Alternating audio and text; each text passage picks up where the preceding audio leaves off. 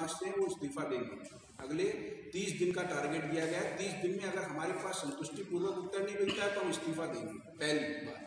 दूसरी बात, 15 दिन के अंदर अगर किसी तरह का कोई प्रमाण नहीं मिलता है कि आप हमारे विषय में कुछ भी नहीं सोच रहे हो, हेमंत सोरेन सरकार चल रही है झारखंड मुक्ति मोर्चा का, उससे भी आप कुछ नहीं कह रहे, वो नहीं करती है, वो अलग बात है। रोड जो है ट्रैकिंग वो शुरू कर दी गई, जो बहुत ही गलत है। रोड जो है ट्रैकिंग वो शुरू कर दी गई, जो बहुत ही गलत है। ये 3 चरण के चुनाव हो चुके होंगे, तब भी हमारे पास एक लंबा अवसर मिलेगा। अगर हम सरकार को मौका भी नहीं देंगे, इस तरह की जिद करेंगे, क्योंकि हम लोग बुद्धिजीवी वर्ग के हैं, हमारे यहाँ 100% लोग पढ़े लिखे होते हैं। हम लोग सड़कों पर आकर हिंसा से अपनी बात नहीं कहते, हम कलम के पुजारी हैं। हम इस तरह से बात करते हैं और चुनाव आते जाते हैं। भारतीय जनता पार्टी का अगर एक लंबा जैन समाज के लोग एक लंबे वक्त से सेवा करते आए, तो आज वक्त है हमारा है, और हम ये जानना चाहते हैं कि आप हमारे को कितनी मान्यता देते हो, आप हमारी बातों को कितना सुनते हो। अगर चुनाव आते जाते हैं फिर चुनाव में बहिष्कार की बात क्यों हो रही है?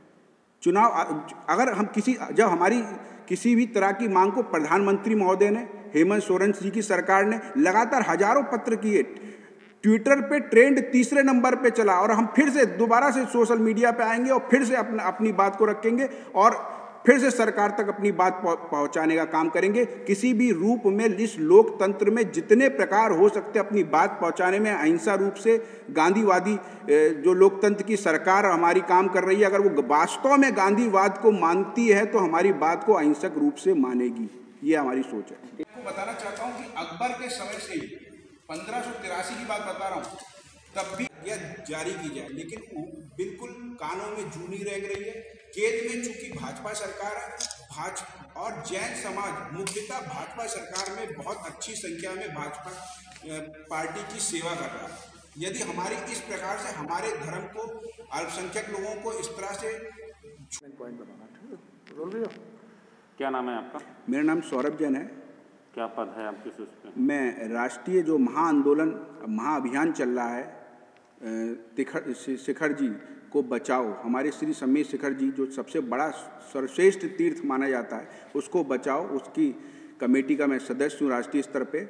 और आज हम लोगों की वर्चुअल मीटिंग हुई है, जिसकी जानकारी देने के लिए मैंने आप लोगों को आमंत्रित किया है।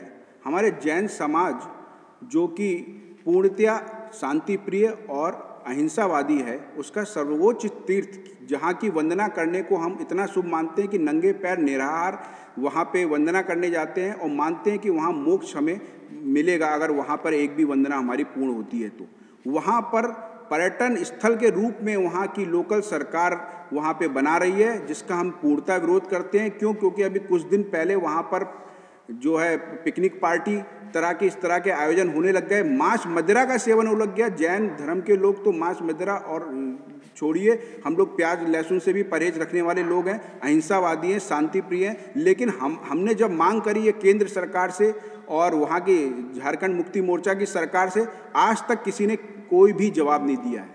हमारे सारे जैन संगठनों ने मिलकर एक मंच पे आए हैं और उसके बाद हम लोगों ने यहाँ पे निश्चय किया है कि 5 राज्यों के चुनाव में हम लोग हस्तक्षेप करेंगे, हम लोग उसका बहिष्कार करेंगे। अगर हमारी बात नहीं सुनी जाएगी, हम उसका बहिष्कार करेंगे।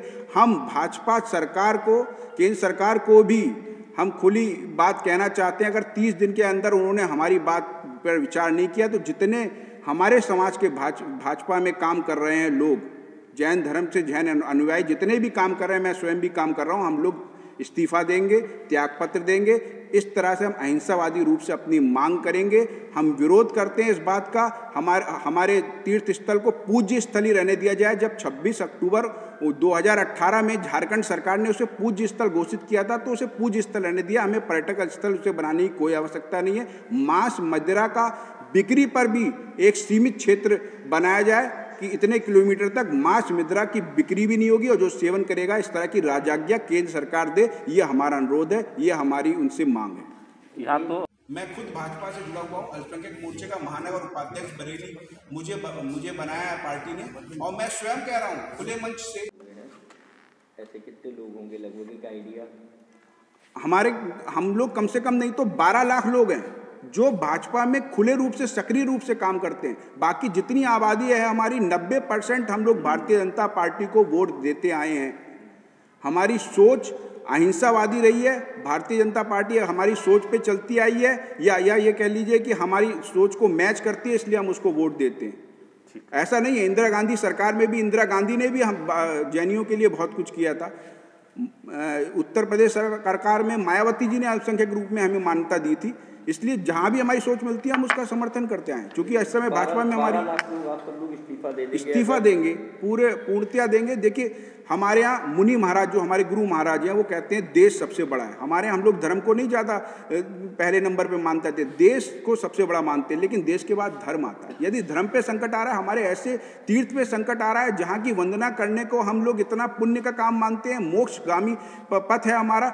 24 तीर्थंकरों की जैन धर्म में हम लोग पूजा करते हैं, उसमें से 20 तीर्थंकर वहाँ से मोक्ष पदगामी हुए हैं। इतना पवित्र, नंगे पैर जाते हैं, कड़कड़ को मंदिर की तरह मानते हैं। वहाँ इस तरह की अगर अव्यवस्थाएं होंगी तो हम किस तरह से बर्दाश्त करेंगे। लोग अभी आपने देखा होगा कि बेअदबी की बात हुई, कुछ लोग अपने किसी भी धर्म के लोगों के बारे में